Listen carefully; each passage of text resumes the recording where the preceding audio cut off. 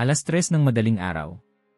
Tahimik ang buong bahay, maliban sa marahang pag-ikot ng bentilador at ang mahihinang yabag ni Angela habang bumabangon siya mula sa kanyang kama. Isa na namang gabi ng pag-aalala na parang may mabigat na bumabalot sa kanyang dibdib. Isang uri ng pagod na hindi natutulog kahit ilang dasal na ang kanyang paulit-ulit na binibigkas tuwing gabi. Diyos ko, bakit parang hindi ako naririnig, bulong niya sa dilim, pinipigilan ang luha. 6 na buwan na mula nang magsimula ang sunod-sunod na pagsubok sa buhay ni Angela. Una, nawala siya sa trabaho. Pangalawa, nagkasakit ang kanyang ina na siya ring sandigan niya sa bawat unos. Pangatlo, biglang nagkawatak-watak ang dating matibay na samahan ng pamilya. Lahat ng ito, dumating kasabay ng matinding panalangin at panata. Ang nakakapagtaka, imbes na lumiwanag ang mundo niya, lalo lamang itong dumilim. May mali ba sa akin? O may mali ba sa paniniwala ko? Paulit-ulit na tanong ni Angela sa sarili. Sa bawat dasal na walang kasagutan, lalong lumalalim ang kanyang pagkalito. Naging hilig na niya ang magbasa ng mga kwento ng mga santo, humahanap ng inspirasyon ng kahit anong palatandaan na hindi siya iniwan ng langit. Sa isang gabing punong-puno ng kaba, habang hawak ang rosaryo, napansin niyang parang mas malamig ang hangin sa kanilang sala, mas mabigat ang katahimikan. Nagmumuni-muni siya sa altar sa isang sulok ng kanilang bahay. Doon, napako ang kanyang tingin sa isang maliit na medalya, medyo natatakpan ng alikabok, isang medalya ni San Benito na minsan nang ipinabaon ng lola niya sa kanilang tahanan. Noon niya lang napansin ang mga kakaibang ukit, mga letra at simbolo na tila may sariling kwento. Nausal niyang muli, San Benito, tulungan mo po ako. Bigyan mo ako ng linaw. Kinabukasan, hindi mapakali si Angela. Pakiramdam niya ay parang may anino na sumusunod sa bawat kilos niya. Kahit anong gawin, laging may nangyayaring sagabal, naputol ang kuryente, nawala ang cellphone, nagkasakit ang alaga nilang aso. Lahat ng ito, sinabayan ng hindi maipaliwanag na lungkot. At kung minsan, bigla siyang mapapatigil at parang may malamig na hangin na dadaan sa tabi niya. Sa panibagong gabi ng kawalang tulog, tinawag siyang muli ng altar. Lumapit siya, isinindi ang kandila at muling tiningnan ang medalya. Sa katahimikan ng madaling araw, nanalangin siya, Panginoon, kung may dahilan ang lahat ng ito, ipakita mo po sa akin. Ano po ba ang hindi ko nakikita? Maya-maya, naidlip siya sa mismong harap ng altar. Sa kanyang panaginip, naglakad siya sa isang madilim na gubat, nag-iisa at takot na takot. Naroon ang mga aninong dumadampi sa kanyang balikat, mga bulong na hindi niya maintindihan. Bigla, may ilaw na bumalot sa paligid niya. Isang matandang pari, mahaba ang balbas, may mapupungay na mata, ang sumalubong sa kanya. Angela, anak, hindi ka nag-iisa, malumanay nitong sambit. Padre Pio, sambit ni Angela, bagaman hindi pa niya tunay na nakita ang santo maliban sa larawan. Ang bawat dasal ay naririnig, sagot ng matanda. Ngunit may mga bagay na kailangang mabuksan bago dumaloy ang tunay na biyaya. Bago siya makapagtanong pa, naglaho ang pari at muli siyang nagising. Agad niyang hinanap ang larawan ni Padre Pio na nasa prayer book niya. Nang ilabot siya nang makita ang mukha, pareho ito sa napanaginipan niya. Hindi ito basta panaginip lang, bulong niya habang ginugunita ang mga sinabi. Habang papasikat ang araw, napansin ni Angela na parang mas magaan ang paligid. Ngunit hindi pa rin nawala ang tanong sa isip niya, ano ba talaga ang humaharang sa mga biyaya? At bakit, kahit gaano kalalim ang kanyang pananampalataya, parang laging may hindi maipaliwanag na hadlang? Bago siya umalis ng bahay, muli niyang tinignan ang medalya ni San Benito. Inilapit niya ito sa kanyang dibdib, pilit inaalala ang mga simbolo at letra na naroon. Wala siyang alam kung paano ito gamitin o kung may espesyal na dasal na dapat gawin. Basta ang alam niya, dito nagsisimula ang kanyang paghahanap ng sagot. Pagdating sa simbahan, nilapitan niya si Sister Teresa, isang matandang madre na kilala sa pagiging mapagkumbaba at mapagbigay ng payo. Sister, pwede po ba akong magtanong tungkol sa medalya ni San Benito? Mahina niyang tanong, may halong kaba. Ngumiti si Sister Teresa. Maraming nag-akala na palamuti lang iyan, Angela. Ngunit sa totoo lang, may lalim ang bawat simbolo. May mga bagay kang kailangang malaman. Nagpatuloy ang usapan nila habang dahan-dahan nang dumadami ang tao sa simbahan. May mga puwersa na hindi natin nakikita. Minsan, ang mga ito ang humaharang sa ating mga panalangin. Ngunit may mga paraan upang makalampas sa dilim, paliwanag ng madre. Nagpasya si Angela na maghanap pa ng sagot. Nagsimula siyang magbasa, magtanong sa mga pari at deboto. Lalo siyang nakumbinsi na may hiwaga ang medalya, at na ang mga kwento ng mga santo, lalo na si Padre Pio, ay puno ng sagot sa kanyang nararanasang pagkalito. Lumipas ang ilang linggo, tila lumalalim pa ang nararamdaman niyang sagabal sa kanyang buhay. Ngunit kasabay nito, unti-unti rin niyang nararamdaman na may tumatawag sa kanya upang maglakbay, hindi lang pisikal, kundi espiritual. Isang gabi, habang binabasa ang liham ni Padre Pio sa kanyang mga espiritual na anak, may kakaibang init siyang naramdaman sa palad ng hawakan niya muli ang medalya. Isang boses sa kanyang puso ang nagwika, ang simula ng bawat biyaya ay ang pagkilala sa iyong pangangailangan. Lakasan mo ang loob mo. May sagot ang langit, ngunit kailangan mo munang buksan ang pinto. Natigilan si Angela. Sa unang pagkakataon matapos ang mahabang panahon, naramdaman niyang may pag-asa. Hindi pa malinaw ang lahat, pero naniniwala siyang may gabay siyang natagpuan, at ang susi, marahil, ay matatagpuan sa kwento ng isang santo na lumaban mismo sa mga puwersang hindi nakikita. Habang nakatanaw siya sa altar at patuloy na kinikilala ang bigat at hiwaga ng kanyang pinagdadaanan, nagdesisyon si Angela na hanapin ang lalim ng kwento ni Padre Pio, at tuklasin ang totoo at buong kapangyarihan ng medalya ni San Benito. Alam niyang ang gabing iyon ay simula ng isang kakaibang paglalakbay na magbubukas ng pinto, hindi lamang sa mga sagot, kundi sa mga biyayang noon pa niya inaasam. Hindi natulog ng maayos si Angela sa buong gabing iyon. Paulit-ulit sa kanyang isipan ang misteryosong pari na nakita niya sa panaginip, mapagkumbaba ang mukha, mahigpit ngunit banayad ang titig, at puno ng kalooban ang tinig. Nang dumating ang umaga, parang nagiging mas maliwanag sa kanya na hindi iyon isang ordinaryong panaginip. Lalong lumalim ang kanyang pagnanasa na maintindihan kung sino nga ba si Padre Pio, at kung bakit tila siya ang ipinadadala ng langit upang magbigay linaw sa mga tanong ni Angela. Sa kalagitnaan ng araw, tumungo siya sa silid-aklatan ng simbahan. Halos walang katao-tao roon, maliban kay Sister Teresa na abalang nag-ayos ng mga lumang libro. "Sister," sabi ni Angela, "gusto ko pa po sanang makilala si Padre Pio. Parang may malalim pong gustong iparating sa akin ang langit tungkol sa kanya."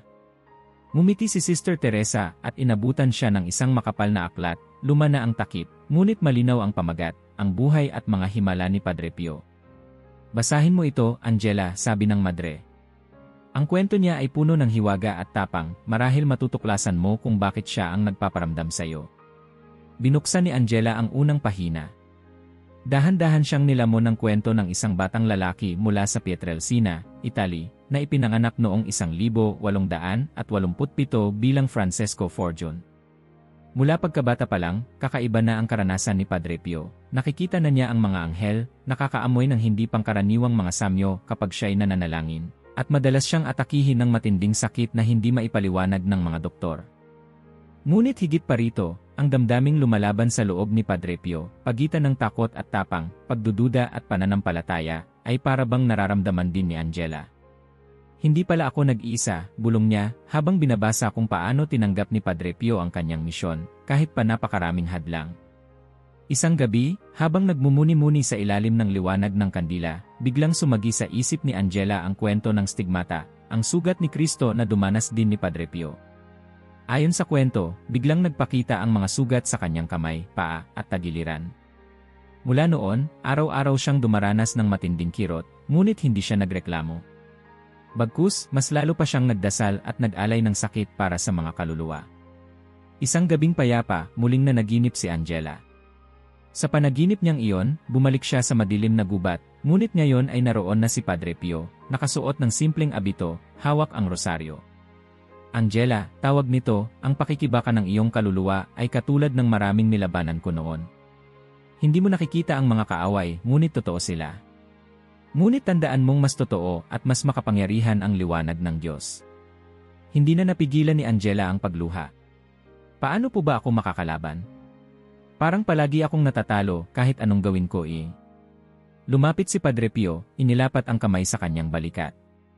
"Sa bawat sugat na tinanggap ko, may kasabay na biyayang ipinagkaloob sa iba. Hindi mo kailangang maging malakas, kailangan mo lang maging tapat at huwag sumuko. Ang tunay na laban ay hindi sa labas, kundi sa loob ng iyong puso." Diyan nag-umpisa ang proteksyon. Naputol ang panaginip, ngunit nagising si Angela na parang may kakaibang lakas. Sa mga sumunod na araw, binasa niya ang bawat detalye ng buhay ni Padre Pio, kung paano siya tinuligsa, pinagdudahan ng mismong simbahan, pero hindi niya tinalikuran ang kanyang tungkulin. Inusig siya ng mga demonyo, minsan ay tinutukso ng mga malademonyong anyo, pero kahit anong sakit at takot, hindi niya iniwan ang altar ng panalangin. Minsan, habang nagbabasa, natigilan si Angela sa isang bahagi. Si Padre Pio ay kilala hindi lang sa kanyang mga sugat, kundi sa kanyang kakaibang abilidad, bilocation. May mga pagkakataong sabay siyang nakita sa dalawang magkaibang lugar, nagpapagaling ng may sakit sa isang nayon habang nagmimisa sa kanilang monasteryo. Sa bawat kwento ng milagro, mas lumalalim ang respeto at paghanga ni Angela sa kanya. Ngunit mas bumigat sa kanya ang bahagi tungkol sa pakikidigma ni Padre Pio laban sa masama. Maraming ulat na ginambala siya ng mga demonyo, marahas na tunog, bigla ang pagkawasak ng gamit sa kanyang selda, at minsan pa nga'y aktwal na pananakit sa kanya. Lahat ng ito, tiniis niya, hindi para ipagyabang, kundi para ipagtanggol ang mga kaluluwa, sabi ni Angela sa sarili, habang pinipisil ang medalya ni San Benito. Isang umaga, nagpunta siya sa kapilya kung saan may maliit na rebulto ni Padre Pio. Tahimik siyang naupo, at sa gitna ng kanyang panalangin, parang narinig niyang bumubulong ang hangin, "Tiwala lang, anak." Bigla siyang nakaramdam ng init sa kanyang palad, at parang nawala ang kanyang mga takot, kahit pansamantala lang. Sa gitna ng mga pang-araw-araw na gawain, dumarami ang mga palatandaan na tila sinasamahan siya ni Padre Pio. Biglang pag-amoy ng rosas, kahit walang bulaklak, liwanag na sumisilip sa madilim na sulok ng bahay, at mga sagot sa panalangin na dumadating sa pinaka-hindi inaasahan. Dito na niya napagtanto na ang misyon ni Padre Pio ay higit pa sa kanyang sarili. Ito ay para sa lahat ng tao na nakikipaglaban sa mga hindi nakikitang kaaway. Minsan, dumalaw siya kay Mang Isko, isang matandang deboto ng kanilang parokya, na kilala sa mga kwento tungkol sa mga milagro ni Padre Pio. "Angela, kwento ni Mang Isko habang humihigop ng kape, noong kabataan ko, muntik na akong mamatay sa sakit. Isang gabi, nanaginip ako ng isang lalaking pari na mahaba ang balbas at hawak ang rosaryo. Pagkagising ko, gumaling ako. Sabi ng nanay ko, si Padre Pio daw yon. Hindi ako kailanman nagduda." Napangiti si Angela. Parang ang dali pong maniwala kapag may himala. Pero paano po kapag puro problema ang dumarating at parang walang sagot? Tinapik siya ni Mang Isko sa balikat. "Diyan mo makikilala kung sino ang totoo mong kasama. Si Padre Pio, hindi lang tumutulong sa mga may sakit o may problema. Tinuruan niya tayo na huwag sumuko. Madilim man ang gabi, may liwanag pa ring sisilip." Lumalim ang gabi sa bahay ni Angela.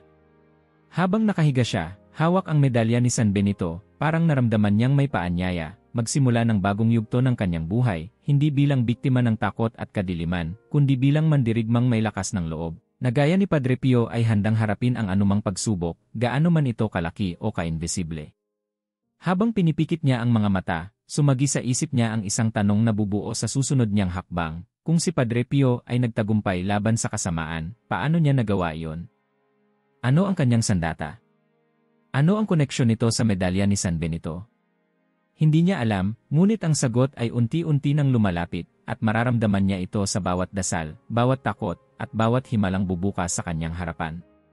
Sa unang liwanag ng umaga, habang dahan-dahang binubuksan ni Angela ang bintana ng kanilang bahay, ramdam niya ang kakaibang katahimikan na bumabalot sa paligid. Ang pakiramdam ay parang may naghihintay na lihim sa hangin, at tila siya lamang ang nakakaalam na malapit na itong matuklasan. Hawak pa rin niya ang medalya ni San Benito, iniikot-ikot sa kanyang mga daliri habang iniisip kung saan nga ba talaga ito nagsimula. Hindi mawaglit sa isip ni Angela ang tanong na nanatili mula sa gabing nakaraan, ano ang totoo at buong kwento ng medalya na ito? Ano ang kapangyarihan nitong sinasabi ng mga matatanda at ng mga santo? At bakit tila palihim na binabantayan ng langit ang bawat kilos niya simula nang magtanong siya tungkol dito? Habang naglalakad siya papuntang simbahan, sumalubong sa kanya si Sister Teresa. May dalang mga papel at lumang aklat ang madre. "Angela, alam ko kung bakit ka hindi mapakali. Gusto mong malaman ang buong kasaysayan ng medalya ni San Benito, di ba?" Tumango si Angela. "Opo, Sister. Parang may tinatawag sa akin mula sa nakaraan." Napangiti ang madre at inalok siyang maupo sa maliit na mesa sa gilid ng konbento. "Magsimula tayo sa simula," wika ni Sister Teresa, hinagod ang luma at kupas na pabalat ng aklat na inilabas niya. Ang kwento ng medalya ay nagsimula mahigit 1,000 taon na ang nakalilipas, sa isang lalaking ang pangalan ay Benedictus.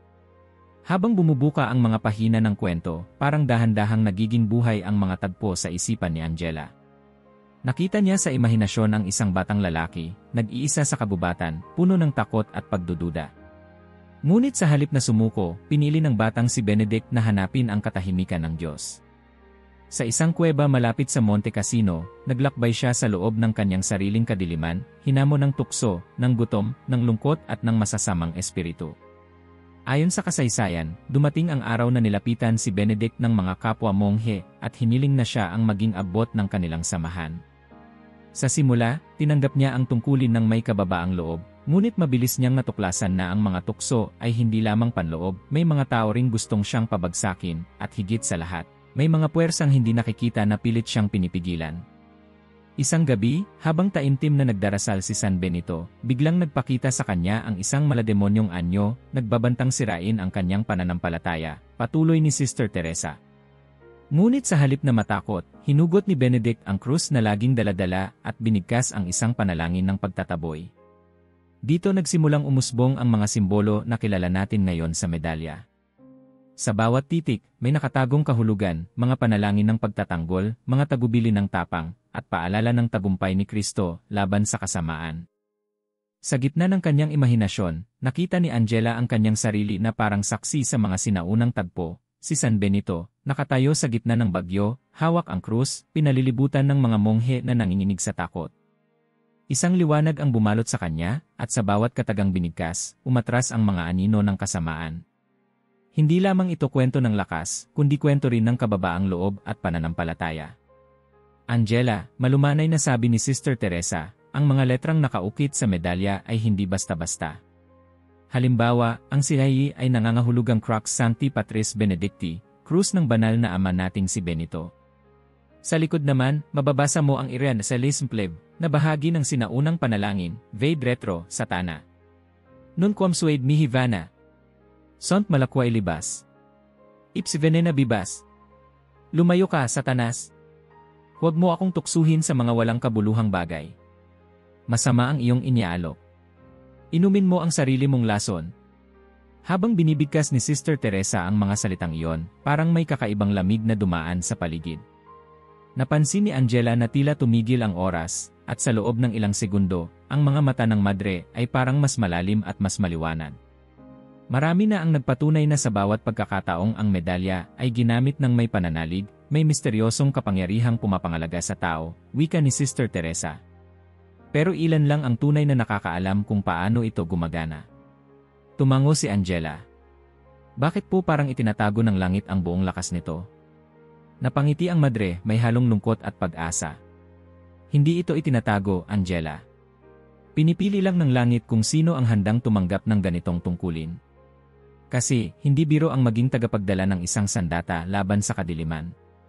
Nangangailangan ito ng pananampalataya, tapang, at kababaang loob katulad ni San Benito at ni Padre Pio. Habang lumalalim ang araw, nagpatuloy ang kanilang kwentuhan.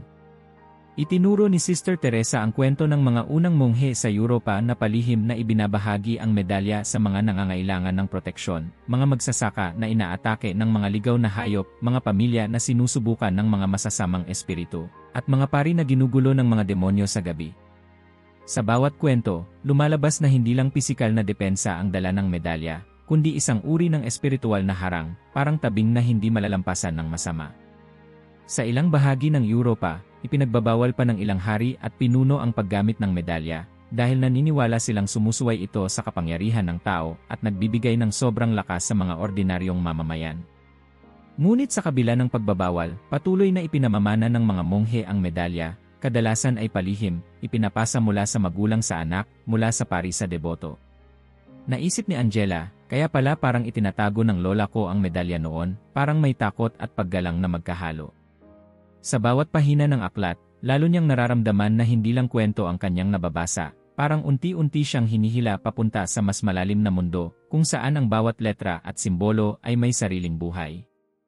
May mga patotoo mula sa mga sundalo ng digmaan na nagsabing ligtas silang nakauwi sa tulong ng medalya, mga magulang na nagbalik ang kapayapaan sa tahanan, at mga batang pinagaling mula sa matitinding sakit matapos ipatong sa kanila ang medalya. Isang kwento ang tumatak sa kanya, isang batang babae sa Italia, nagkaroon ng matinding lagnat na walang makagamot. Nagdasal ang kanyang ina habang inilalapit ang medalya ni San Benito sa noo ng anak. Kinabukasan, nagising ang bata na parang walang nangyari, malusog, masigla, at muling nakangiti.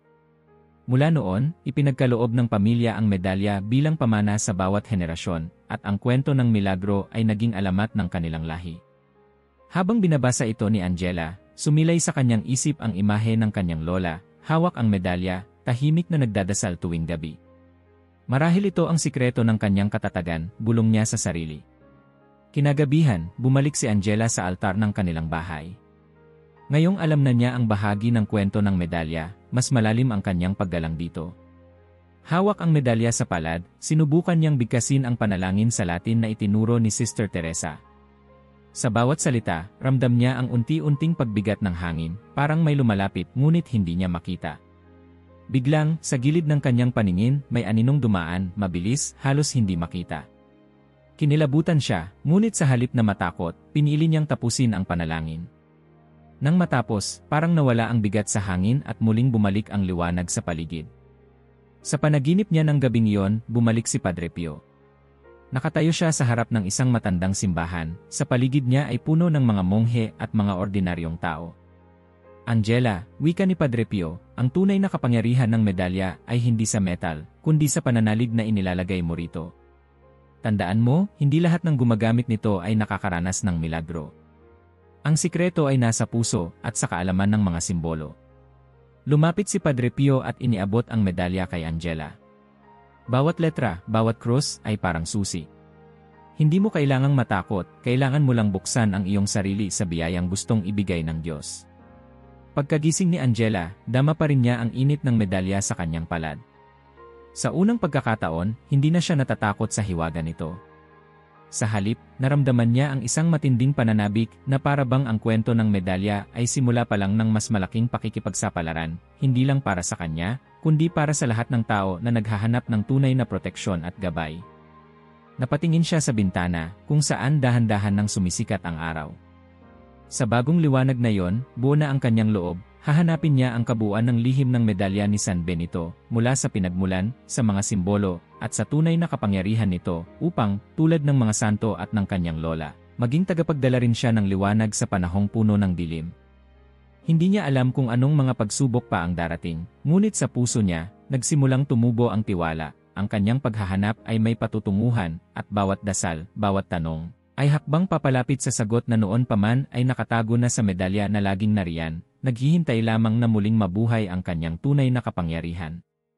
Lumipas ang ilang araw mula nang malalim na mapusok ang damdamin ni Angela tungkol sa medalya ni San Benito. Ngunit kung noong una ay takot at pagkalito ang nangingibabaw, ngayon ay tila ba isang matinding pagkauhaw na ang nararamdaman niya, kauhawan sa karunungan, sa totoong kahulugan ng bawat titik, bawat linya, bawat ukit sa maliit na piraso ng metal na yon na nagsimulang magpabago sa kanyang pananaw. Isang maulang hapon, dinalaw niya muli si Sister Teresa sa konbento. Nakaupo ang madre sa tabi ng isang lamisang puno ng papel, may hawak na magnifying glass at medalya. Parang mas gumaganda ang kulay ng medalya kapag binabasa mo ang tunay na kwento nito, hindi ba, Angela? Biro ni Sister Teresa habang nakangiti. Inisyan din siya ni Angela. Gusto ko po talagang maintindihan bawat detalye.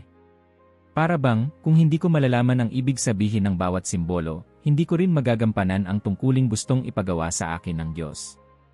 Tumango si Sister Teresa at ipinasa sa kanya ang medalya. Saan mo gustong magsimula? Hinawakan ni Angela ang medalya, nilapitan ang mukha para suriin ito. Unang-una niyang napansin ang figura ni San Benito sa harap, mahigpit ang kapit sa krus sa isang kamay, at sa kabila naman, isang libro. Sa paligid, nababasa ang Iius in obitu nostro presentia muniamur, na ang ibig sabihin ay naway tayo'y maprotektahan ng kanyang presensya sa oras ng ating kamatayan. Angela, pansinin mo, sabi ni Sister Teresa, hindi lang basta mukha ni San Benito ang nilagay. Ang krus ay tanda ng paninindigan laban sa kasamaan, ang libro ay patunay ng karunungan at panalangin. Bawat detalye, may kahulugan, hindi ka basta-basta bibigyan ng proteksyon ng Diyos kung hindi mo pipiliin ding mag-aral at manalangin.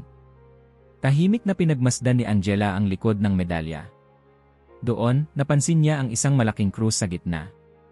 Sa bawat braso nito, may mga titik, C.S.E.Y. Crux Sancti Patris Benedicti.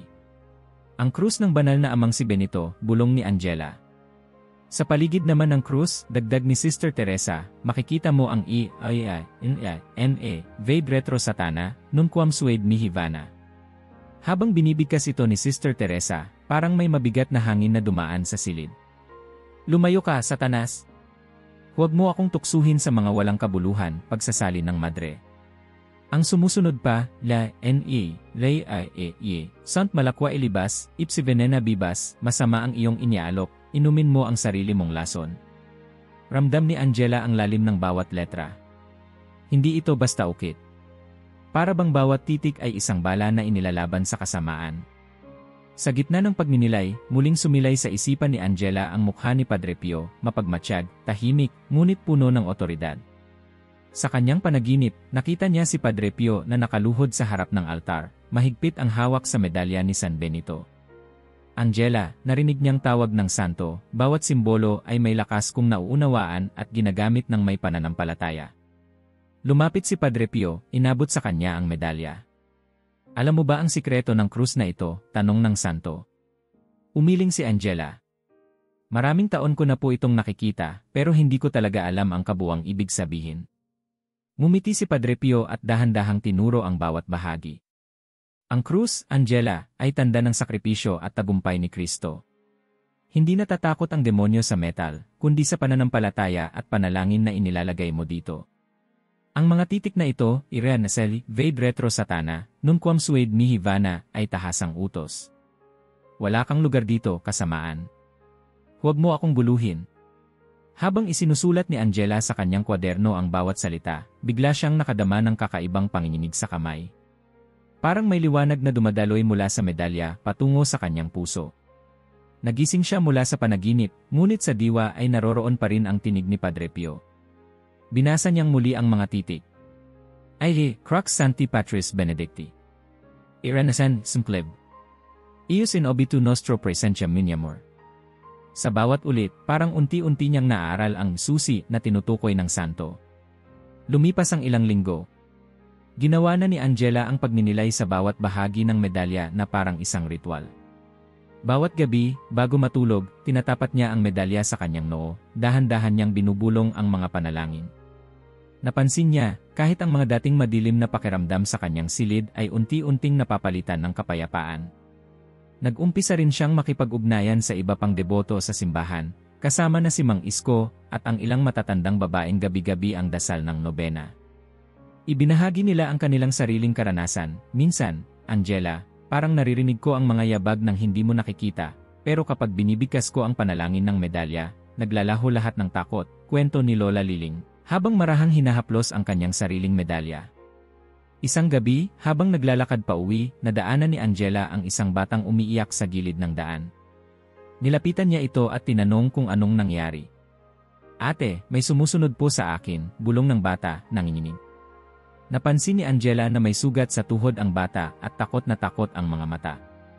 Naalala niya ang sinabi ni Padre Pio, kapag ginamit mo ang medalya sa pananampalataya, magsisilbi kang tagapamagitan ng biyaya. Inilabas niya ang medalya, dahan-dahang hinawakan ang balikat ng bata at bumulong ng panalangin, Vade Retro Satana. Nunquam suade mihi vana. Sont Malakwa Ilibas. Ips venena bibas. Habang binibigkas ang huling salita, huminto ang pag-iyak ng bata. Tumitig ito kay Angela at mumiti, para bang nawala ang takot. Salamat po, ate, mahina nitong sabi, bago tumakbo papalayo. Pag-uwi sa bahay, napaisip si Angela. Hindi siya milagroso, hindi rin siya mas banal kaysa kanino man. Ngunit ang naramdaman niyang kapayapaan, matapos gamitin ang panalangin, ay parang isang patunay na may lakas na ang bawat salita, lalo na kung nauunawaan. Kinabukasan, bumalik siya sa simbahan at kinausap si Sister Teresa tungkol sa nangyari. Angela, iyan ang tunay na kapangyarihan ng medalya. Hindi ito anting-anting. Ang bisa ay nagmumula sa pagsasabuhay ng panalangin, sa kabuuang pagtitiwala na kahit anong dilim ay may liwanag na lalaban, basta't ikaw ay naglalakbay ng may pananalig.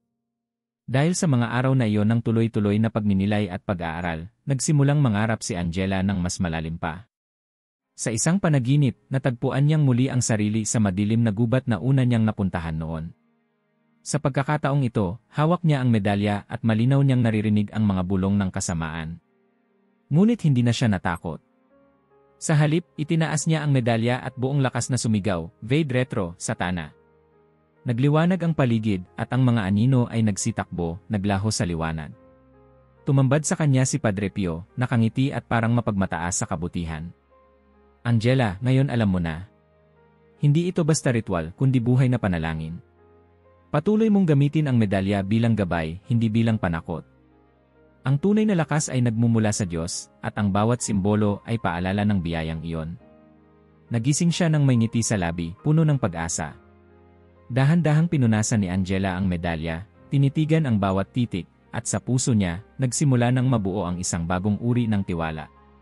Alam niyang ang bawat panalangin ay may epekto, at ang bawat simbolo ay may papel sa laban na hinaharap ng bawat kaluluwa. Habang lumilipas ang mga araw, mas naging matatag si Angela. Hindi na siya madaling matinag ng mga problema, hindi na siya natatakot kapag may bumabagabag na damdamin. Sa bawat pagsubok, iniisip niya ang bawat letrang Latin sa medalya, parang mga salitang nagiging sandata ng kanyang diwa. At sa bawat tagumpay, maliit man o malaki, alam niyang hindi lang siya ang nanalo, kundi bawat taong may pananampalataya at pangarap na makalaya mula sa takot. Sa huling gabi bago ang araw ng pista ni San Benito, naupo si Angela sa altar ng bahay nila. Tahimik, nilapag niya ang medalya sa harap ng kandila, binasa sa huling pagkakataon ang panalangin, "Eius in obitu nostro praesentia muniamur." Sa kanyang isip, parang naririnig niya ang tinig ni Padre Pio, mahina ngunit malinaw, sa bawat pagtatapos may simula. Sa bawat dasal may tugon. Ang susi ay hindi lang hawakan ang medalya, kundi intindihin, isabuhay, at ipasa ang liwanag. Muling sumik ang liwanag ng araw, at sa puso ni Angela, wala nang pagdududa. Alam niya kung bakit siya tinawag ng langit, at alam niyang nasa kanya na ang susi, ang pananampalataya, at ang panalangin na pinanday ng panahon, inukit sa metal, at binuhay ng bawat pusong nanalig. Sa bawat araw na lumilipas, lalong nararamdaman ni Angela na ang medalya ni San Benito ay hindi lamang isang piraso ng metal kundi isang paanyaya sa mas malalim na buhay. Ngunit unti-unti ring sumisibol sa kanyang isip ang tanong, may kulang pa ba? Bakit sa kabila ng kanyang pag-aaral, panalangin, at taimtim na paggamit ng medalya, may mga sandali pa rin ng matinding lungkot at biglaang pagbalik ng dating mga takot? Sa tuwing siya ay nag-iisa sa kanyang kwarto, parang may malamig na aninong sumasabay, tahimik na bumubulong ng pagdududa. Isang gabing walang bituin, napahiga si Angela sa kanyang kama. Hawak ang medalya, napalalim siya sa panalangin. "Panginoon, San Benito, Padre Pio. Ano pa po ang dapat kong gawin?" Sa gitna ng katahimikan, lumamig ang paligid, at sa kanyang panaginip, muling lumitaw si Padre Pio. Ngunit ngayon, mas malinaw, mas mabigat ang presensya ng santo, parang naglalakad siya mismo sa gitna ng kwarto ni Angela. "Angela," tawag ng santo, maraming nagtataglay ng medalya, ngunit ilan lamang ang tunay na naisasabuhay ang kanyang kapangyarihan.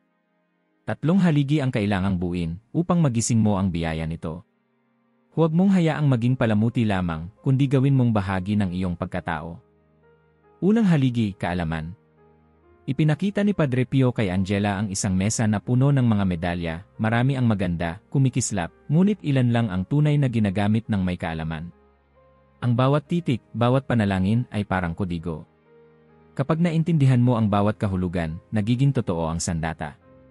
Karamihan, hawak lang nila ang medalya, hindi nila alam ang ibig sabihin.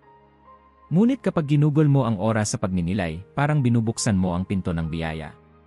Muling naalala ni Angela ang gabing inisa-isa niya ang bawat simbolo at letra, ang pagbigat ng hangin, at ang pagaan ng kanyang pakiramdam. Mula noon, sinadya niyang ulit-ulitin ang mga dasal, isinusulat sa papel, binibigkas ng tahimik habang iniisip ang tunay na ibig sabihin ng bawat salita. Isang araw, sa simbahan, nilapitan siya ni Mang Isko. "Angela, natutuwa akong laging suot mo ang medalya. Pero tanong ko lang, alam mo ba lahat ng ibig sabihin ng mga ukit dyan?" Tumango siya, at buong tapang na sinambit ang panalangin sa Latin. Napangiti si Mang Isko. "Yan ang tunay na sekreto. Hindi lang basta hawak, dapat nauunawaan. Ang ikalawang haligi, pagtatalaga. Sa panaginip, nakita ni Angela si Padre Pio sa harap ng isang pari. Hawak ng pari ang medalya, binabasbasan ito ng dasal, binubudburan ng banal na tubig. Kailangang ialay sa Diyos at hilingin ang basbas ng simbahan, wika ni Padre Pio. Ang basbas ay parang pagsaksak ng kuryente, walang bisa ang ilaw kung hindi konektado sa pinagmumulan. Naisip ni Angela, kailan nga ba binasbasan ang medalya ng lola ko? Sa araw na yon, agad siyang nagtungo kay Father Jose matapos ang misa. Father, maaari po bang basbasan ang medalya ko? Hinawakan ng pari ang medalya, nagdasal ng taimtim, at binudburan ito ng banal na tubig. Habang ginagawa iyon, nakaramdam si Angela ng kakaibang init sa kanyang dibdib, parang may tinanggal na bigat sa kanyang balikat. Pagka-uwi, sinundan pa niya ng sariling panalangin. Diyos ko, tinatanggap ko ang medalya na ito bilang sandata, hindi lang para sa sarili kundi para sa sinumang nangangailangan ng proteksyon. Tulungan mo akong maging tapat na tagapagdala ng biyaya. Nagsimula siyang gawing ugali ang pagtatalaga ng medalya, bawat buwan, inaalay niya ito muli sa panalangin, isinusuko ang kanyang mga takot at kahilingan sa Diyos. Nakita rin niya ang pagbabago, mas madalang na siyang mag-alala, mas mahaba na ang kanyang pasensya, at sa bawat pagsubok, mas mabilis siyang nakakabangon. Ikatlong haligi, tamang paglalagay at paggamit. Sa panaginip, ipinakita ni Padre Pio ang isang tahanan na may 4 na sulok. Angela, hindi sapat na taglayin lamang ang medalya. Kailangan mo itong ilagay sa mga lugar kung saan pinakamahina ka, kung saan madaling makapasok ang dilim. Ang mga pinto at bintana, iyan ang mga lagusan ng espiritu, parehong mabuti at masama. Naalala niya ang kwento ng kanyang lola, tuwing may problema, inilalagay nito ang medalya sa ilalim ng unan ng mga batang natatakot, sa pintuan ng bahay kapag may nararamdamang masamang hangin, at sa mga bintana tuwing may malalakas na bagyo. Sinubukan ito ni Angela. Inilagay niya ang medalya sa kanilang sala, tinapalan ng maliit na tela at iniukit ang panalangin sa likod ng pintuan. Vade retro, Satana! Binantayan niya ang mga lugar kung saan madalas mag-away ang pamilya at tahimik na nagdasal doon. Sa loob lamang ng ilang araw, napansin niyang mas payapa na ang bahay at mas madalang na ang di pagkakaunawaan. Ngunit hindi lahat ng gabi ay payapa. Isang gabing mahangin, habang nag-iisa siya sa sala, biglang lumamig ang hangin at parang may humaplos sa kanyang batok. Napahinto siya, kinabahan, ngunit agad na kinuha ang medalya at itinapat sa hangin. San Benito, Padre Pio, tulungan niyo po ako. Vade retro, Satana! Bigla, parang may nawalang bigat sa paligid, at narinig niya ang mahina, ngunit malinaw na tawa ng isang bata sa labas ng bahay, parang paalala na hindi siya nag-iisa. Habang lumilipas ang panahon, dumadami rin ang humihingi ng tulong kay Angela. May lumapit na mag-asawa, nag-aaway na raw gabi-gabi. Angela, pwede mo ba kaming tulungan, dala ng desperasyon? Dinala niya ang medalya, at pinayuhan silang magdasal ng sama-sama. Ibinigay niya ang medalya sa kanila, tinuruan ng panalangin, at pinalagay sa gitna ng kanilang bahay. Ilang linggo ang lumipas, bumalik ang mag-asawa. Salamat, Angela. Hindi namin alam kung bakit, pero parang nawala ang bigat sa bahay namin. Mas madali na kaming magpatawad. Ngunit, tulad ng itinuro ni Padre Pio, may mga gabing mas matindi ang paglaban ng dilim. Minsan, habang natutulog si Angela, nagising siyang parang may mabigat na nakadagan sa dibdib. Hindi siya makagalaw, hindi makasigaw. Pero sa isip, naalala niya ang dasal, Crux Sancti Patris Benedicti. Vade retro, Satana! Unti-unting gumaan ang pakiramdam niya, at nagising siyang pawis na pawis ngunit magaan ang dibdib. Alam niyang isa yon sa mga pagsubok na kailangang pagtagumpayan ng may pananampalataya.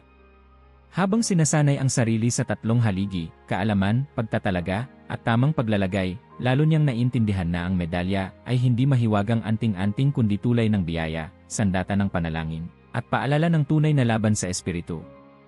Lumipas pa ang mga araw at gabi. Sa bawat pagtulog, sa bawat pagmulat, ramdam ni Angela ang pagbabago sa kanyang paligid at sa kanyang sarili. Hindi na siya natatakot sa mga anino, sa halip, hinaharap niya ang bawat hamon na may tapang at pananalig.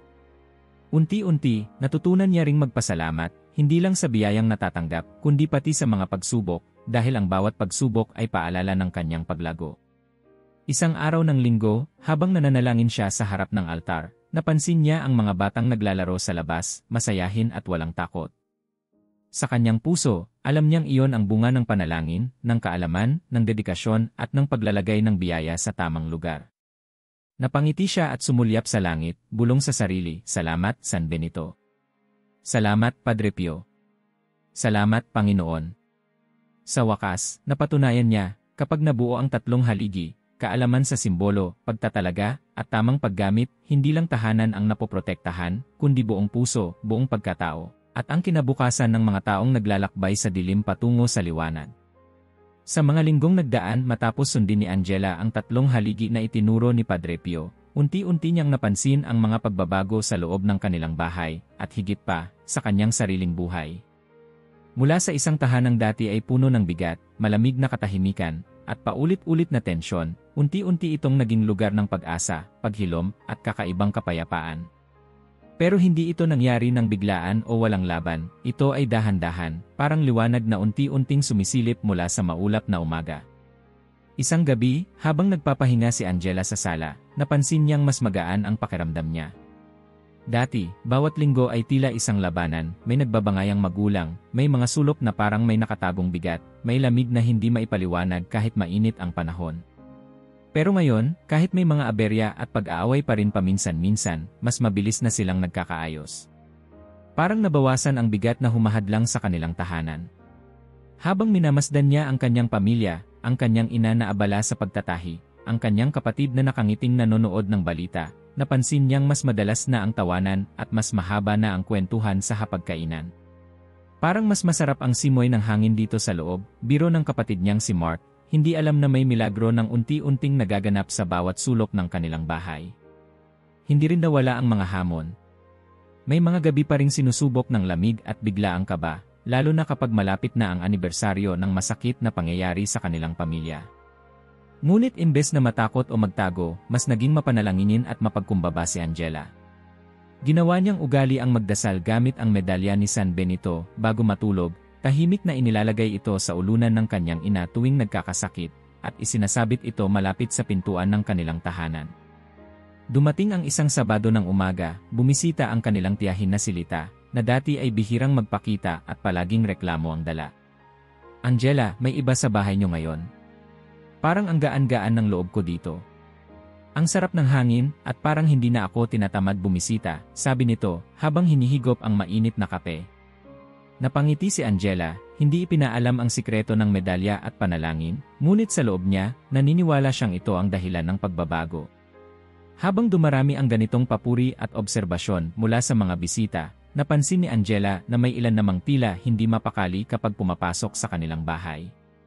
Isang kaibigan ng kapatid niyang si Mark, na dati ay palaging malakas at maingay, biglang tumahimik at nagmadaling umalis noong isang gabi matapos makita ang medalya ni San Benito na nakasabit sa pinto. "Hindi ko alam kung bakit, pero parang may kakaiba sa bahay niyo," sabi nito, sabay takbo palabas. Sa mga panaginip ni Angela, lalong lumalalim ang mga mensahe. Minsan, nananaginip siyang naglalakad siya sa isang hardin na puno ng liwanag habang hinahabol ng anino. Ngunit tuwing itataas niya ang medalya at bibigkasin ang panalangin ni San Benito, natutunaw ang mga anino at bumabalik ang liwanag. Minsan naman, nananaginip siyang kausap si Padre Pio, na mahigpit ang hawak sa kanyang balikat at paulit-ulit na sinasabi, "Bantayan mo ang iyong tahanan, Angela. Hindi lahat ng bisita ay galing sa liwanag.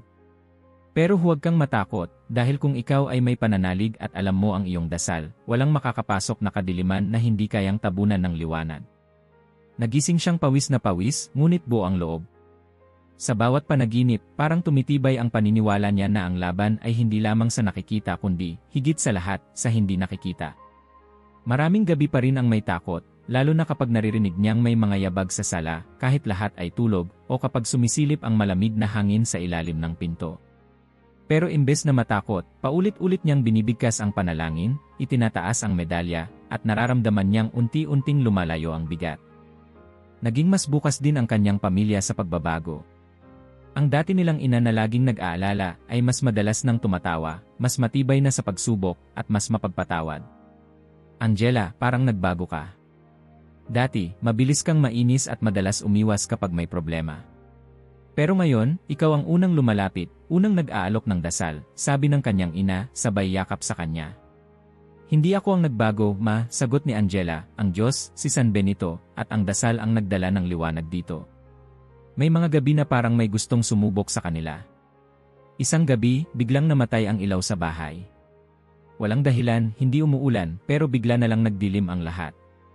Sa halip na magpanik, nagtipon-tipon ang pamilya sa sala, at sabay-sabay silang nagdasal ng panalangin ni San Benito, hawak-hawak ang medalya. Hindi nagtagal, muling bumalik ang kuryente, at sabay-sabay silang napatawa sa gulat at tuwa. Hindi naglaon, naging mas malinaw kay Angela ang kakaibang kilos ng mga bisita. May ilan na mas lalong naging palakaibigan, parang ginanahan sa bawat pagbisita at naging malapit sa kanila. Pero may ilan din na, hindi niya alam kung bakit, ay parang naiilang, laging nagmamadali, o bigla na lang nauurong kapag nakikita ang medalya sa pintuan. May kapangyarihan nga ito, bulong ni Angela sa sarili, pero hindi lahat ng tao ay handang tumanggap o humarap sa liwanag. Isa sa mga pinakamalaking palatandaan ng proteksyon ay ang mga panaginip ng kanyang ina, na dati ay puno ng bangungot at takot. Angela, kagabi, panaginip ko may sumubok pumasok sa bahay, itim na usok, pero hindi siya makapasok. May malaking krus sa pinto. Pagkatapos nun, parang ang gaan ng pakiramdam ko. Parang may nagbabantay sa atin, kwento ng ina, habang tinititigan ang medalya ni San Benito. Dahil sa mga pagbabagong ito, nagsimulang magtanong ang ilan sa kanilang kapitbahay. Angela, bakit parang ang saya sa bahay niyo ngayon? Pwedeng magpaturo kung paano mo ginagamit ang medalya. Nagpatuloy ang pagdami ng mga taong humihingi ng tulong at payo, at sa bawat isa, tapat na ipinapaliwanag ni Angela ang halaga ng panalangin, pagninilay, at tamang paggamit ng medalya. Pero sa kabila ng mga positibong pagbabago, hindi pa rin natapos ang mga pagsubok. May mga pagkakataong bigla na lang nagkakaroon ng matinding sakit ang isa sa pamilya, o may bisita na magdadala ng di inaasahang tensyon. Sa mga ganitong sandali, mas lalo niyang pinaninindigan ang tatlong haligi, binubuhay ang kaalaman, pinapanibago ang pagtatalaga, at tinitiyak na ang medalya ay laging nasa tamang lugar. Minsan, isang gabi ng tag-ulan, bumisita ang dating kaibigan ng kanyang ama, si Mang Tonyo. Kilala ito sa barangay bilang laging may dalang problema at madalas ay may kasamang alingas-ngas. Nang pumasok si Mang Tonyo, agad niyang napansin ang medalya sa pintuan. Anong gamit niyan? Tanong nito, tila may pangungutya. Sa halip na sumagot ng mahaba, tahimik lang nang umiti si Angela at sinabing, proteksyon para sa lahat ng pumasok. Habang nagkukwentuhan ng lahat, napansin ni Angela na parang hindi mapakali si Mang Tonyo. Panay ang lingon, panay ang reklamo sa lamig ng hangin, hanggang sa hindi na makatiis at nagpaalam na agad. Parang hindi ako mapalagay dito, sabi nito, at nagmadaling umalis. Pagkaalis ni Mang Tonyo, napansin ng lahat na bumalik ang dating aliwala sa bahay. Ano kaya yon? Tanong ng kapatid ni Angela. Siguro may mga bisitang hindi talaga para sa atin, sagot ni Angela, sabay hawak sa medalya. Sa mga susunod na linggo, tuloy-tuloy ang pagdama ng mga kakaibang bagay, mga panaginip na nagbibigay babala, mga bisitang biglaang nagbabago ng ugali, at ang hindi mawaring kapayapaan na unti-unting bumabalot sa buong tahanan. Sa kabila ng lahat, naging mas matatag si Angela, mas bukas ang puso, at mas handang harapin ang anumang pagsubok.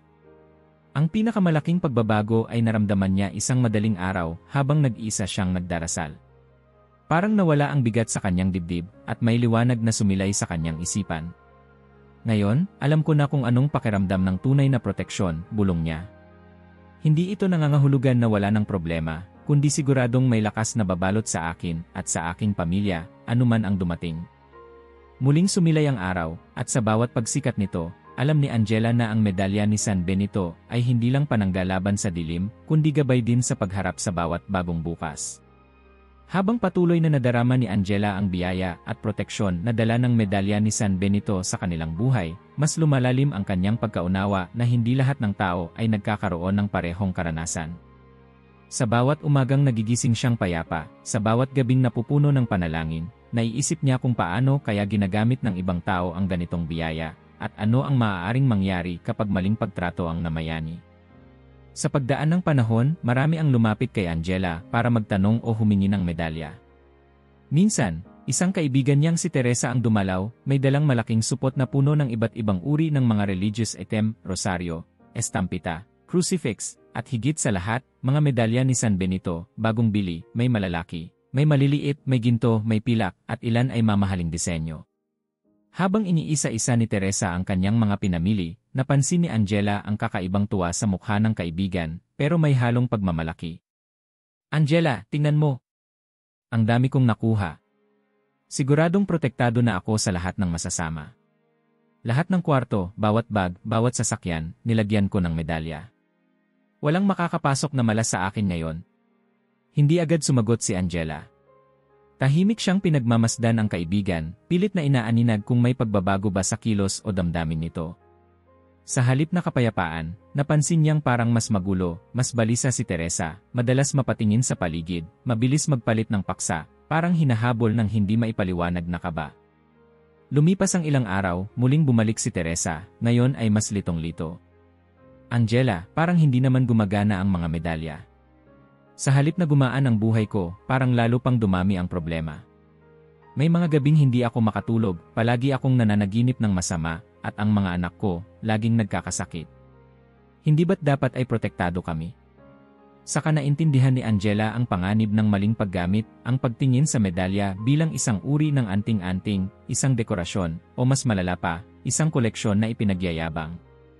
Sa gabing iyon, hiniling ni Angela kay Teresa na magdasal silang magkasama, hindi para sa medalya kundi para sa pagkabukas ng kanilang puso sa totoong layunin nito. Hindi dami o ganda ang sukatan, paliwanag ni Angela. Ang mahalaga ay ang pananampalataya at pagkaunawa mo sa simbolo at panalangin. Habang lumalalim ang gabi, muling naalala ni Angela ang mga babala ni Padre Pio sa kanyang panaginip. Maraming may medalya, ngunit kakaunti ang nagbubukas ng puso. Huwag mong gawing palamuti lamang ang sagradong bagay. Huwag mong gawing sandata ng pagmamataas o pananggalang ng takot na walang lakip na pananalig. Isa pang kwento ang sumagi sa alaala ni Angela, isang matandang lalaki sa kanilang baryo, si Mang Doroteo, na kilalang kilala sa pagiging magaspang ang ugali at mahilig mangutya ng pananampalataya ng iba. Isang araw, habang nag-uusap ang mga tao sa tindahan tungkol sa medalya ni San Benito, bigla itong sumingit. Ay, naku! Alam mo ba, may 100 medalya sa bahay ko, pero tingnan mo, hindi ako tinatablan ng malas, di ba? Kahit anong gawin ko, ligtas ako. Ngunit sa kabila ng kanyang pagbibiro, napansin ng mga tao na laging may nangyayaring aberya kay Mang Doroteo, madalas nasira ang kanyang gamit, nagkakasakit ang alaga niyang hayop, at walang kapayapaan sa kanyang tahanan. Lihim na nagsumbong ang kanyang asawa kay Angela. Parang mas nagulo ang buhay namin nang gawing koleksyon ng Mr. Ko ang medalya. Wala naman siyang dasal, wala ring galang. Naisip ni Angela, mas mapanganib pa pala ang gamitin ang medalya ng walang pagkaunawa at respeto kaysa sa hindi paggamit nito. Minsan, napadpad siya sa bahay ni Mang Doroteo, at kitang-kita niya ang mga medalya na nakakalat lang sa mesa, parang barya, pinagpapatungan ng iba pang gamit. Nang magtanong siya, Mang Doroteo, kailan po huling nabasbasan ang mga medalya niyo? Napakamot lang ng ulo ang matanda. Ha? Hindi na siguro kailangan iyon. Basta marami ako, sapat na. Habang papauwi, mabigat ang pakiramdam ni Angela. Alam niyang maraming tao ang tulad ni Mang Doroteo, nag-aasam ng proteksyon, ngunit hindi nauunawaan ang tunay na kahulugan at lalong hindi isinasa puso ang panalangin. Hindi bulto, kundi busilak ng loob, bulong niya sa sarili. Sa mga sumunod na linggo, napansin ni Angela na kahit sa simbahan ay may ilan na parang ipinapamalita ang kanilang medalya. Parang paligsahan kung sino ang may mas malaki, mas maganda, o mas bago. May ilang kabataan na ginagawang palamuti sa kwintas, ipinagmamalaki sa social media, ngunit kapag tinanong kung ano ang ibig sabihin ng mga titik, wala namang maipaliwanag. Isang beses, napansin niya ang isang babae na, matapos ipakita ang mamahaling medalya sa mga kaibigan, ay biglang naiyak sa isang sulok ng simbahan. Nang tanungin ni Angela, umamin ang babae, hindi ko maintindihan, Angela. Ang dami kong problema, kahit lahat ng payo, sinusunod ko. May medalya ako, pero parang walang nangyayari. Naalala ni Angela ang paalala ni Sister Teresa noon, hindi magic ang medalya. Hindi mo ito masusuhulan ng dasal o ritual kung wala kang pagtalima at kababaang loob. Sa paglipas ng panahon, nakita ni Angela na ang ilang gumagamit ng medalya ng mayabang o ng may takot ngunit walang pananalig, ay mas nagiging mahina, mas naguguluhan, mas nawawalan ng pag-asa. May ilan na pagkatapos makuha ang medalya, ay tila parang dinalaw ng sunod-sunod na pagsubok. Hindi nila alam na ito pala ay paglalantad ng mga bagay na kailangang itama, hindi pagsumpa. Muling bumalik si Padre Pio sa panaginip ni Angela isang gabi. Sa gitna ng kadiliman, may hawak siyang medalya at mariin tiningnan si Angela. Anak, ang tunay na proteksyon ay hindi sa dami ng medalya o sa ganda ng pagkakagawa nito. Ang mahalaga ay ang malinis na puso, ang paggalang, at ang kababaang loob. Marami ang nadadaya ng panlabas na anyo, ngunit ang espiritu ay nananatiling hubad. Huwag mong hayaang maging taguan ng pride ang sagradong bagay. Tinuruan siya ni Padre Pio ng simpleng panalangin, Panginoon, alisin mo sa puso ko ang pagmamataas. Linisin mo ang intensyon ko, upang maging tunay na sandata ng liwanag ang bawat biyayang ipinagkaloob mo. Ipinasa ni Angela ang panalangin na ito sa bawat humihingi sa kanya ng medalya. Tinitiyak na nauunawaan muna nila ang responsibilidad at hindi lamang ang benepisyo. Minsan, lumapit si Angela sa isang batang lalaki, si Carlo, na tila ba takot na takot, laging may dalang medalya. Angela, natatakot po kasi ako lagi, kaya sinusuot ko ang medalya, kahit natutulog ako, kahit naliligo.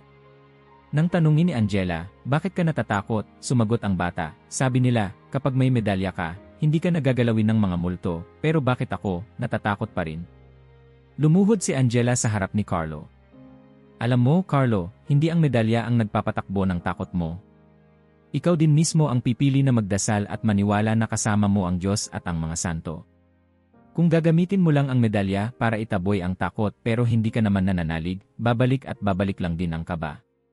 Dapat sabayan mo ng panalangin, tiwala, at kababaang loob. Sa tuwing may magtatanong sa kanya kung paano gamitin ang medalya, laging inuuna ni Angela ang tanong, alam mo ba ang ibig sabihin ng mga simbolo? Handa ka bang magdasal at talikuran ang mga masamang gawain? Handa ka bang magpatawad at magpakumbaba? Kapag ang sagot ay doon pa lang niya ibinibigay ang medalya. Unti-unting napansin ni Angela na ang mga taong tunay na nagbago, nagkaroon ng kapayapaan, paggaling, at pagkakaayos sa pamilya, ay hindi yung may pinakamaraming medalya, kundi yung may pinakamalalim na pananalig at kababaang loob. Sa bawat kwento ng tagumpay, laging nauuna ang pagbabagong loob, ang pagsuko ng pride, at ang pagbubukas ng puso sa biyaya. Sa mga pagkakataong nagkakaroon ng tensyon o pagkalito sa bahay, agad niyang nire-review ang sarili. Baka nagiging routine na lang ang dasal ko. Baka nagiging palamuti na lang ang medalya. Sa tuwing may nararamdaman siyang takot o pagdududa, bumabalik siya sa ugat, dasal, pananalig, pagninilay. Hindi siya natatakot tanggalin ang medalya at muling ialay ito sa panalangin, upang manatiling buhay at dalisay ang layunin ng kanyang puso. Minsan, sa isang misa, narinig ni Angela ang pari na nagsabing, ang biyaya ng Diyos ay hindi nadadaan sa dami ng sagradong bagay, kundi sa lalim ng ating pagkilala at pagtanggap sa Kanya. Huwag mong gawing extension ng ego mo ang mga simbolo ng pananampalataya. Ang tunay na himala ay nangyayari kapag ikaw mismo ay handang magbago. Lumabas si Angela ng simbahan na puno ng pasasalamat at aral. Alam niyang hindi perpekto ang kanyang paglalakbay, may mga gabing naguguluhan pa rin siya, may araw na nagkakamali sa intensyon. Pero paulit-ulit siyang bumabalik sa puso ng lahat, ang medalya ni San Benito ay paalala, paanyaya, at hamon, hindi gantimpala para sa mapagkunwaring deboto, kundi biyaya para sa naglalakad ng may kababaang loob. Habang papalapit ang pista ni San Benito, higit pa siyang nag-ingat na ituro sa lahat ang tama. Walang shortcut sa biyaya, paalala niya sa bawat humihingi ng tulong. Kung gusto mong tunay na makaranas ng proteksyon, sikapin mong linisin ang puso, pagnilayan ang simbolo, ialay ng tapat ang medalya, at gawing panalangin ang bawat araw. Isang gabi, bago matulog, tinignan ni Angela ang medalya sa kanyang kamay. Hindi ikaw ang magliligtas sa akin, bulong niya, kundi ang Diyos na kinakatawan mo, at ang pananalig ko sa biyaya na pinapadaloy niya. Sa katahimikan ng silid, ramdam niya ang payapang presensya ni Padre Pio, na tila tumatango sa kanyang desisyon, at sa wakas, naging ganap ang aral, ang medalya ay tulay, hindi pader, at ang puso na handang magpakumbaba ay laging magiging tahanan ng liwanag. Habang dumarami ang mga karanasan ni Angela, tahimik na sumisibol ang mas malalim na pagbabago sa loob niya, isang uri ng kapayapaan at lakas na hindi niya dating alam, at unti-unting nagiging ugat ng lahat ng kanyang kilos at pananalita. Hindi niya ito napansin agad. Sa simula, abala siya sa mga panlabas na ritual, paglalagay ng medalya, pagbigkas ng dasal, at pag-alalay sa iba. Ngunit habang lumilipas ang mga linggo, nadama niyang ang tunay na laban ay hindi na lamang laban sa mga anino ng takot at problema, kundi laban sa sarili niyang kahinaan, pagdududa, At galit na minsan ay hindi niya inakalang daladala pa rin niya sa puso. Minsang nahuli ni Angela ang sarili niyang nag-aalok ng ngiti at mahabang pasensya sa kanyang kapatid, kahit paulit-ulit siyang inaasar nito. Dati, mabilis siyang sumiklab pero ngayon, parang mas may malalim siyang reserbang pasensya. Minsan, sa gitna ng isang di pagkakaunawaan sa bahay, nauna siyang magpatawad at magpakumbaba, kahit hindi siya ang mali. "Bakit parang nag-iba ka, ate?" tanong ni Mark, na tila hindi makapaniwala sa paglalambing ng kanyang kapatid. "Ewan ko, Mark," simpleng sagot ni Angela, "pero siguro, dahil mas nararamdaman kong hindi ako nag-isa. Parang may liwanag na nagtutulak sa akin na piliin ang kapayapaan kaysa alitan." Sa mga sandaling iyon, nagbalik sa isip niya ang panaginip kay Padre Pio, kung paano siya tinuruan na ang medalya ay hindi magic, hindi tago sa bulsa para makaiwas sa problema, kundi paalala ng panawagan, maging daluyan ng biyaya para sa iba. Lalo itong naging totoo isang umaga nang makasabay niyang maglakad sa palengke si Aling Merna, ang kapitbahay na dati ay hindi niya gusto dahil sa tsismis at pag-aaway. Habang naglalakad, napansin niyang tila may pasan sa balikat si Aling Merna. "Angela, pasensya ka na kung minsan masama ang ugali ko. Hindi ko lang talaga maiwasang maging mainitin ang ulo, lalo na sa mga problema ko sa pamilya. Pero napansin ko, iba ka na ngayon. Parang mas payapa kang kasama. Anong sekreto mo?" Huminto si Angela, huminga ng malalim at nagpasya, hindi na siya magpapaligoy-ligoy. "Mahirap din naman, Aling Merna. Pero natutunan ko, kailangan mong yakapin ang dasal at magpakumbaba, at higit sa lahat, magpatawad. Hindi lang sa iba, kundi sa sarili mo rin. Hindi madaling proseso, pero habang pinipili mong maging bukas sa liwanag ng Diyos, napapalitan ang bigat ng pag-asa." Ibinahagi niya ang medalya ni San Benito at ang kwento ng mga panalangin at simbolo. Hindi para ipagyabang, kundi para magsilbing paanyaya. Hindi mo kailangang bumili ng marami o magritual. Ang mahalaga, totoo ang dasal, totoo ang pagnanasa mong magbago. Pagka-uwi niya sa bahay, napansin ni Angela na unti-unti, mas naging madali ang magdesisyon. May mga bagay siyang dati ay pinag-aalinlangan ng matagal, pero ngayon, mas klaro at buo ang loob niya kung kailan dapat maghintay at kailan dapat kumilos.